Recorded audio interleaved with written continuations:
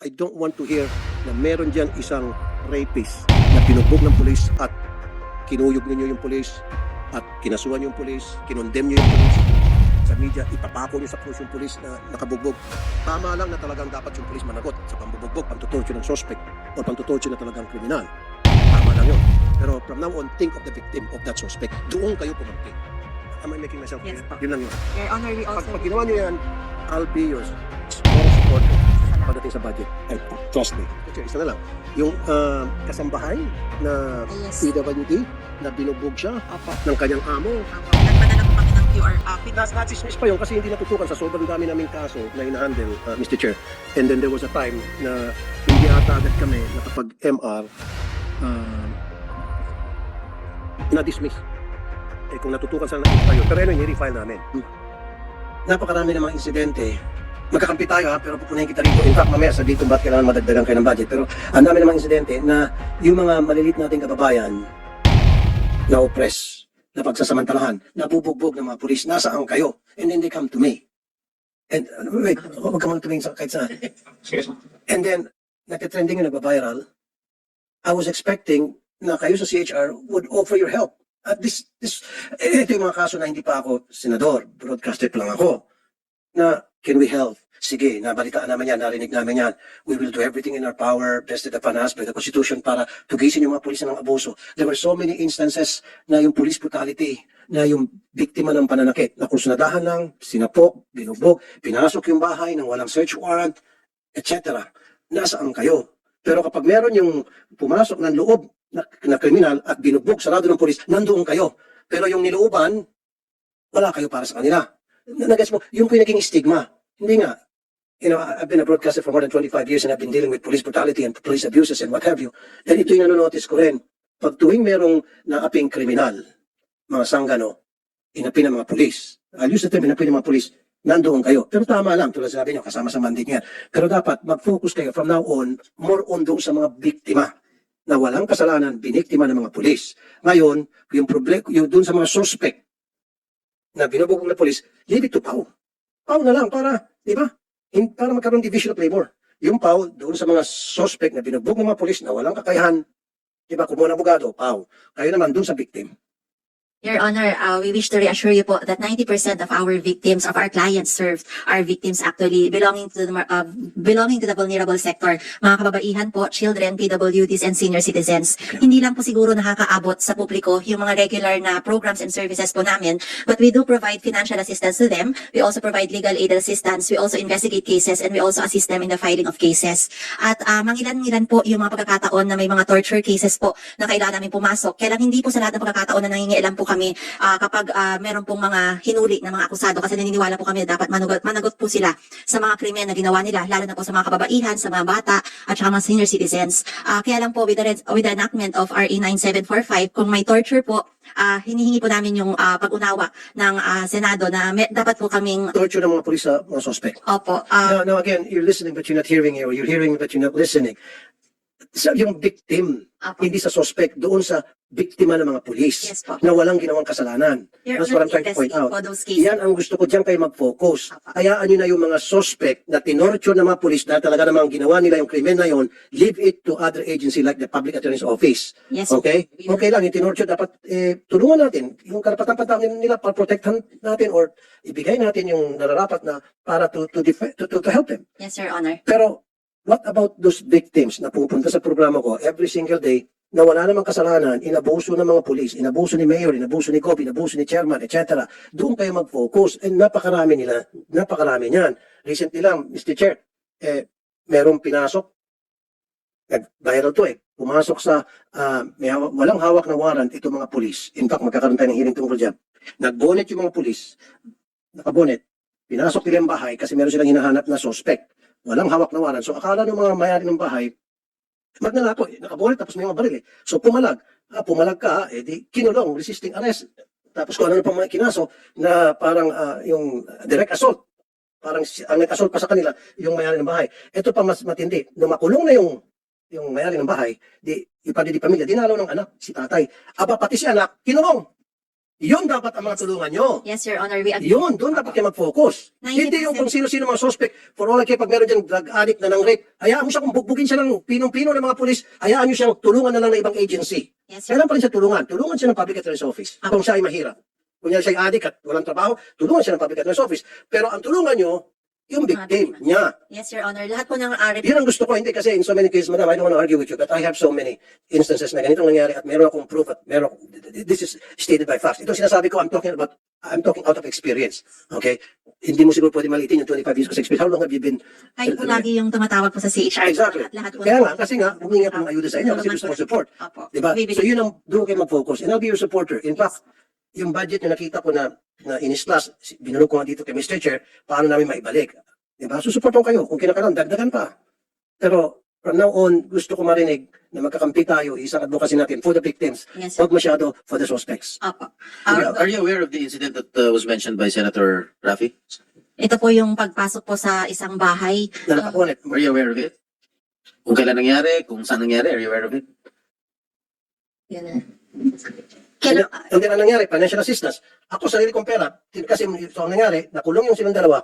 So, nagpiyansa sila, Mr. Chair, ng 36,000 pesos, sinanla nila yung bahay nila. So, pumasok sa eksena, pinalitan ko yung napiyansa nila para hindi yung sanda ng bahay na tinubos ko. And dapat yan, meron kayo financial assistance for that. But anyway, sinagot ko na yun. Can you check on... yes po, Your Honor. We will check on that incident and make sure that we are able to investigate that case po. Maybe you can coordinate with the Office Yes of... po, we will. Mayroon pa isang insidente, nilapit namin sa inyo, na sa isang probinsya, may hinahabol yung polis na sa isang tupada. And then lumiko sa kanto yung hinahabol ng polis.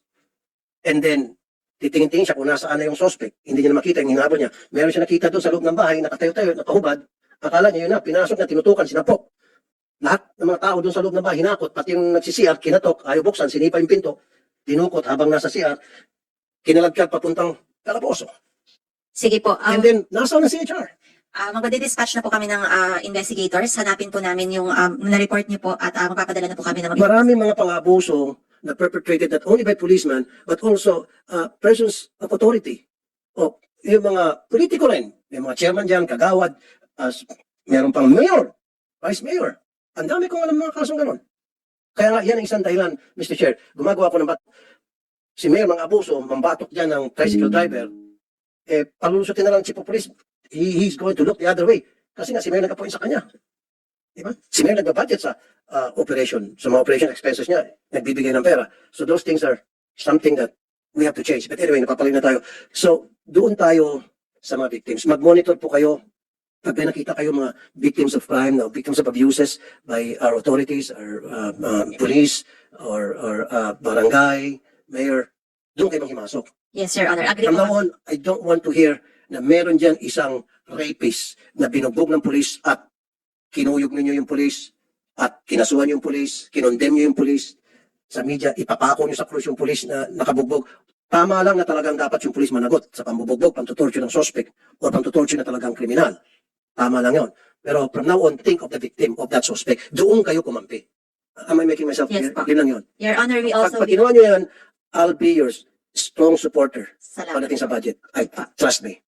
Okay? Your Honor, we just like to mention also that yung nabanggit niyo pong mga insidente ay na-confirm po ng aming mga opisina na na-inimbestigahan na po namin yung Pandi, Bulacan incident at gayon din po yung sa Region 4 na incident. Maraming salamat. Thank you.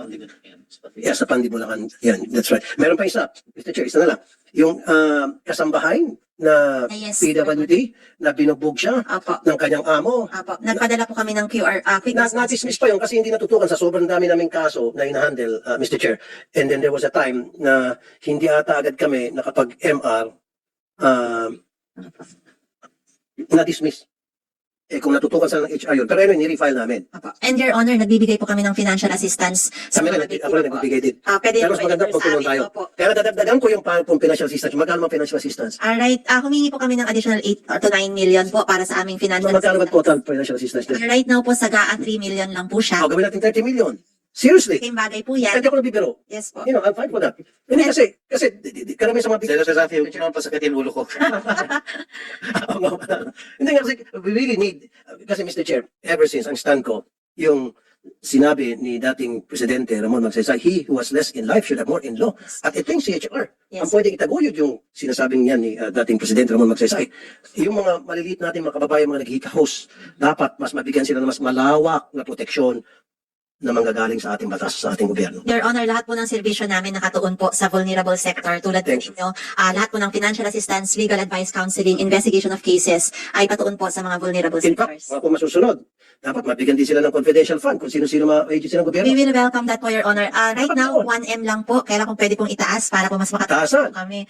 May mga agency sa gobyerno na hindi naman deserving, hindi lang mababanggit na magkaroon ng confidential fund. Meron. Samantalang sila kailangan kasi mag-investigate sila doon sa mga pang-abuso na ginagawa ng mga tao sa gobyerno. Sino-sino bang mga ito at paano natin makahon itong mga gumagawa ng kalokohan sa maliit na kababayan. Therefore, they really need confidential funds. Maraming salamat po. 1 million is not enough. Yes. Diba? Intelligence fund. Wala po. Confidential lang kasi pag intelligence status military, pag confidential, pag sa hindi So last year, magkano yung confidential fund niya? 1M rin po, but in previous years po, it was 4M to 5M. What was the reason for the reduction? Hindi po namin batid, Your Honor, kung ano po ang rason.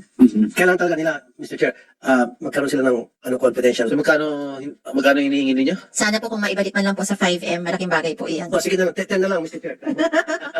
Hindi nga, kailangan talaga nila yon. Are you done with the presentation? Not yet. Your Honor, mabilis na lang po.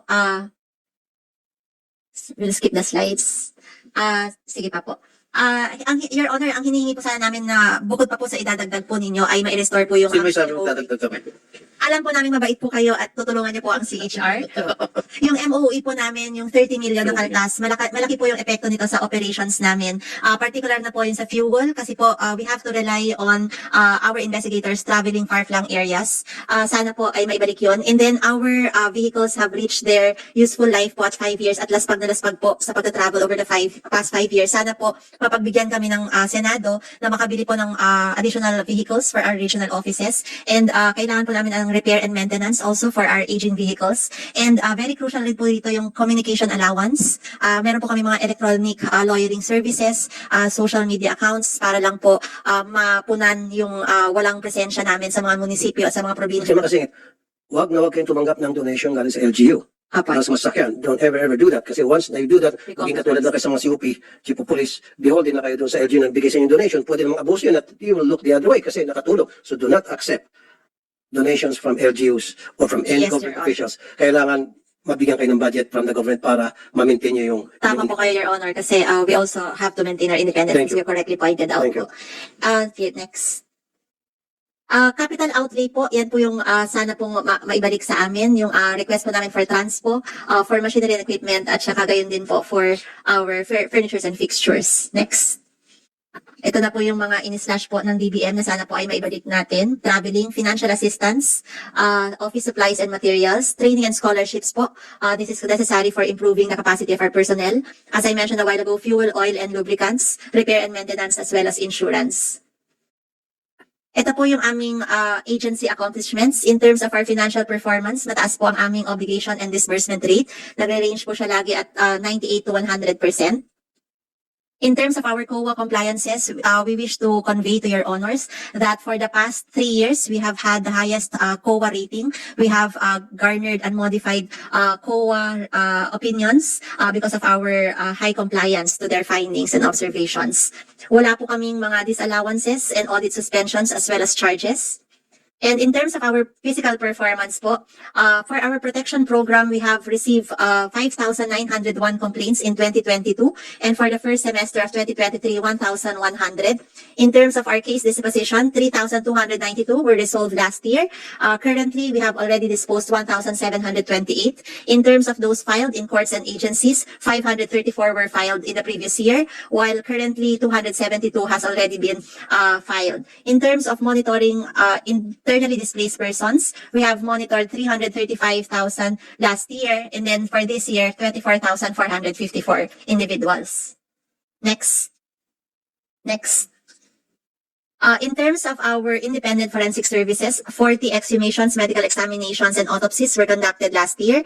And for this year, 33 were conducted. We also issue clearances and certifications to the PNP, to the AFP, as well as private individuals. 1,240 were released last Excuse year. me, ma'am. Excuse me, Attorney De Guia, maybe we can dispense with the presentation of your budget since we, all senators, already Tayo copied. na lang natin. Thank you Siguro po. we will just ask questions Yes, with regard to your budget. Okay, Senator? May request na ako sa inyo, ma'am. Ano, sabi niyo po, dumadalaw kayo sa mga kulungan, detention facilities. Good. In fact, meron akong pinapasang bill and pwede mong backupan yung pinapasa ko. Yung magkaroon ng CCTV sa lahat ng mga jails, even sa NBP. Kasi nga, naabuso yung mga preso na mga pobre. Ang nangyari,